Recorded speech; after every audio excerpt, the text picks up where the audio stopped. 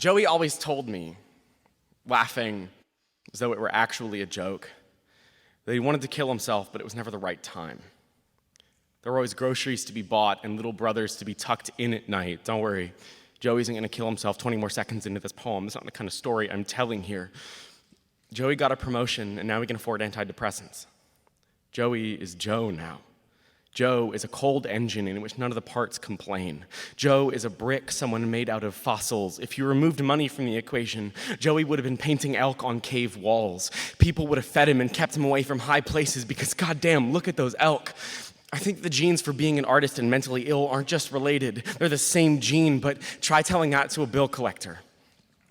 We were 17, and I drove us all to punk shows in a station wagon older than any of us. We were 17, and I bought lunch for Joey more often than I didn't. We were 17, and the one time Joey tried to talk to me about being depressed when someone else was around, I told him to shut the hell up and asked if he needed to change his tampon. You know that moment when the cartoon realizes he's taken 3 steps off the cliff, and he takes a long look at the audience like we're holding the last moving box in a half-empty house. Joey looked like that without the puff of smoke. He just played video games for a half hour and then went home.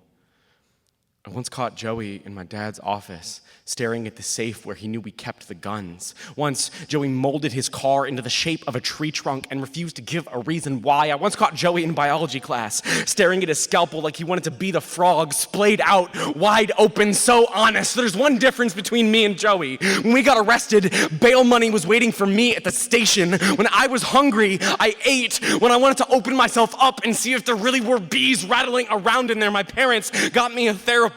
I can pinpoint the session that brought me back to the world. That session cost $75. $75 is 2 weeks of groceries. It's a month of bus fares, not even a school year's worth of new shoes. It took weeks of $75 to get to the one that saved my life. We both had parents that believed us when we said we weren't okay, but mine could afford to do something about it. I wonder how many kids like Joey wanted to die and were unlucky enough to actually pull it off. How many kids had people who cared about them but also had to pay rent. I'm so lucky that right now I'm not describing Joey's funeral. I'm so lucky we all lived through who we were to become who we are. I'm so lucky. I'm so lucky.